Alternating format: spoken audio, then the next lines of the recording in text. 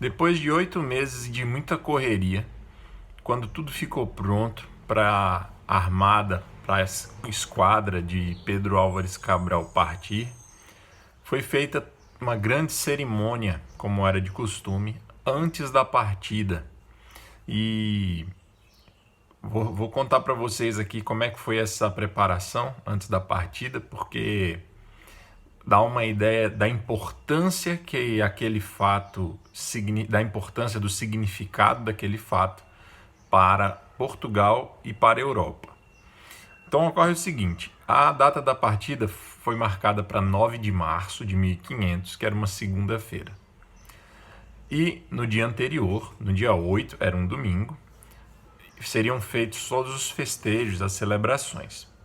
Então, desde o sábado, dia 7, em Lisboa, o rei mandou artesãos, tapeceiros, enfim, mandou pessoas que trabalhavam com isso ornamentarem com muito luxo uma ermida que ficava em Lisboa, que tinha sido construída quase 100 anos antes pelo Dom Henrique, o Infante, que é uma espécie de padroeiro das grandes navegações portuguesas.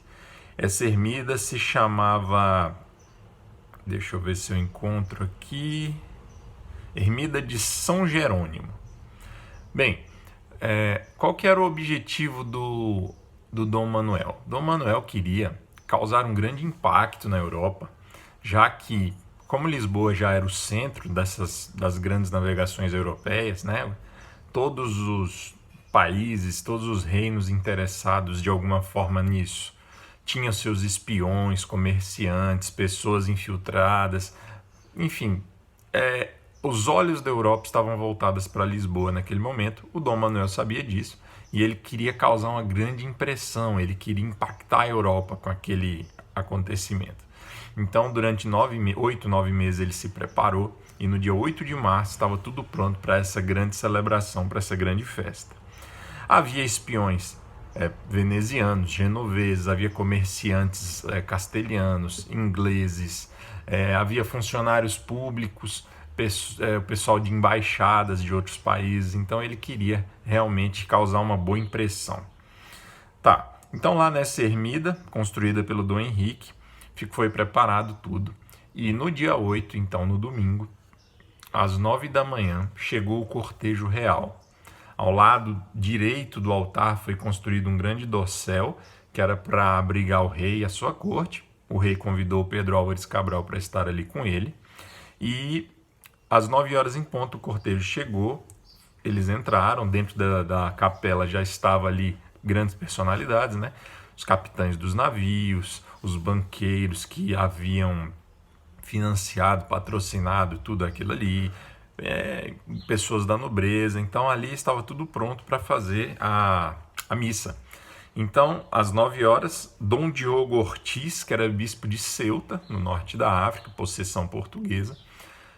Esse bispo também, curiosamente, ele era matemático e cosmógrafo, tá? Ele, inclusive, esse bispo foi um dos que, algumas décadas antes, pouco mais de uma década antes, havia rejeitado apoiar os projetos de Cristóvão Colombo, esse Dom Ortiz. Muito bem, então ele vai rezar a missa e após o sermão, após a homilia, o que vai acontecer? Ele vai pegar uma grande bandeira da Ordem de Cristo. Eu já postei ali no meu Instagram, o underline bandeirante, umas 2 imagens da bandeira de Cristo. Se você tiver curiosidade, pode olhar lá. Então, ele pegou uma grande bandeira da Ordem de Cristo, benzeu, passou-a às mãos do rei Dom Manuel, que solenemente passou às mãos do Pedro Álvares Cabral. Um símbolo, né, muito, digamos assim, cheio de significado, né? Além disso, o rei Dom Manuel passou para as mãos de Pedro Álvares Cabral nesse momento também um barrete, que era uma espécie de touca vermelha que era usada pelos clérigos, pelos cardeais, e ela tinha sido benzida em pessoa pelo Papa da época. Então, toda uma simbologia, né, uma bênção divina para que a viagem tivesse um bom desenrolar, bons auspícios aí para essa viagem. Então, após a missa ter terminado, foi feita a bênção, e aí todos eles pegaram suas cruzes, seus estandartes, relíquias, e partiram numa grande e lenta procissão até a Praia do Restelo, onde ficava o porto, naquela região ali da onde iriam partir as embarcações. Essa embarcação era essa armada era muito imponente. 13, como eu já falei, 13 navios, muito bem trabalhados, belos, imponentes, grandes. Então, e como Lisboa tem uma parte alta, do alto você via aquilo, realmente era uma coisa que chamava a atenção.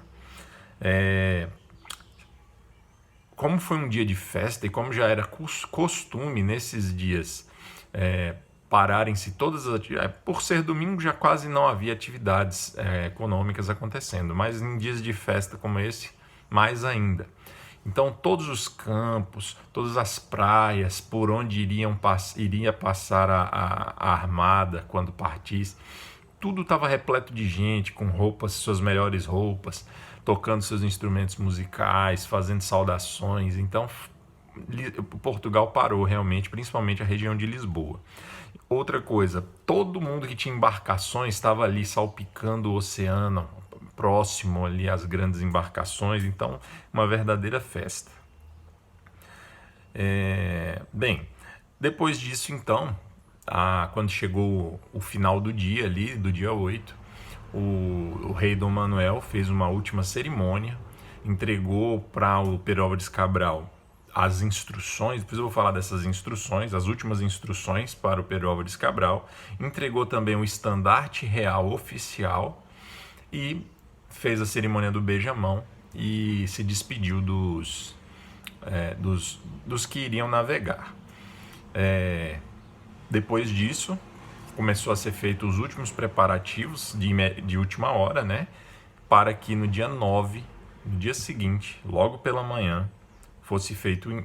Aliás, o embarque foi feito durante toda a noite, e no dia 9, diante dos olhos do mundo, podemos dizer assim, ou pelo menos da Europa, simbolizados ali naquela cidade ali cosmopolita que era Lisboa, partiu a maior armada que Portugal já havia preparado até então, tá certo? Então foi isso, pessoal. 9 de março de 1500, partiu de Lisboa então, 13 navios partiram de Lisboa em direção às Índias. Já falei que 11 deles iam para Calicut, 2 iam ficar ali onde é Moçambique, em Sofala, mas havia provavelmente quase certo que havia já planejada a ideia de fazer uma pausa na América, onde hoje é o Brasil. Beleza? Então no próximo vídeo, não sei se amanhã eu vou fazer um vídeo diferente, mas no próximo vídeo eu devo gravar sobre o desenrolar da viagem, do dia 9 de março até quando eles chegam aqui na Bahia, tá bom? Um abraço.